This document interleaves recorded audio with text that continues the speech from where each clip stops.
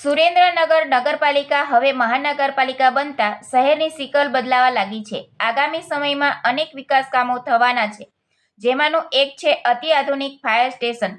પ્રજાસત્તાક પર્વના દિવસે સુરેન્દ્રનગર મહાનગરપાલિકાના આધુનિક મોડલ ફાયર સ્ટેશન બનાવવા માટેનું ખાતમુહૂર્ત કરવામાં આવ્યું.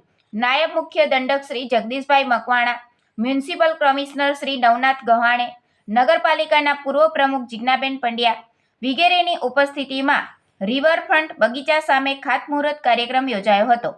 આ પ્રસંગે ડેપ્યુટી કમિશનર અર્જુનસિંહ ચાવડા, કૈવંતસિંહ હરેમા સહિત એસએમસીનો સ્ટાફ, નગરપાલિકાના પૂર્વ પ્રમુખ વિરેન્દ્રભાઈ આચાર્ય, જીતેન્દ્રસિંહ ચાવડા, મનહરસિંહ રાણા, શહેર ભાજપ પ્રમુખ દેવાંગભાઈ રાવલ વિગેરે ઉપસ્થિત રહ્યા હતા. આગામી 1.5 થી 2 વર્ષમાં સુરેન્દ્રનગર મહાનગરપાલિકાનું આધુનિક ફાયર સ્ટેશન બનશે, જે આગ લાગવા જેવી ઇમરજન્સી ઘટનામાં ખૂબ જ ઉપયોગી બનશે.